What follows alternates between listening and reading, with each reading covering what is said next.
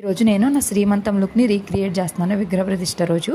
ఈ శారీ నేను చాలా ఇష్టంగా తీసుకున్న. శ్రీమంతానికి అమ్మవాళ్ళు తీసుకొచ్చారు. వీడియో కాల్లో ఈ కలరే కావాలి అని చెప్పి స్పెసిఫిక్గా చూస్ చేసుకున్న. వర్క్ కూడా నేనే చూస్ చేసుకున్నా. అప్పుడు గంటకు మించి వేసుకోలేదు. అప్పటి నుంచి వేసుకోవాలి అనుకుంటున్నా. అట్లాగే 2 years అయిపోయింది. ఈ రోజు ఫైనల్గా మళ్ళీ వేసుకునే టైం అయితే కుదిరింది. సో ఫైనల్గా నేను ఆ రోజు ఎలా అయితే రెడీ అయ్యానో యాస్టీస్గా అలాగే రెడీ అవ్వబోతున్నా. ఈ జ్యువెలరీ మొత్తం కూడా ఒక సెట్ లాగా తీసుకున్నాము. 2700 పడింది. ఈ వంకీలు అలాగే వడ్రానము నేను శ్రీమంతం అప్పుడే తెప్పించుకున్నా.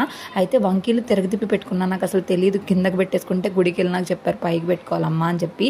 అసలు అది ఎంత వర్క్ పట్టేసి బ్లౌజ్కి పట్టేసి పీస్ వచ్చేస్తుంది. వడ్రానం కూడా ఇలా సింపుల్గా తీసుకున్నా, హెవీగా తీసుకోవాలి. ఎందుకంటే ఎక్కువ సార్లు పెట్టుకోం కదా, అందుకని చెప్పి.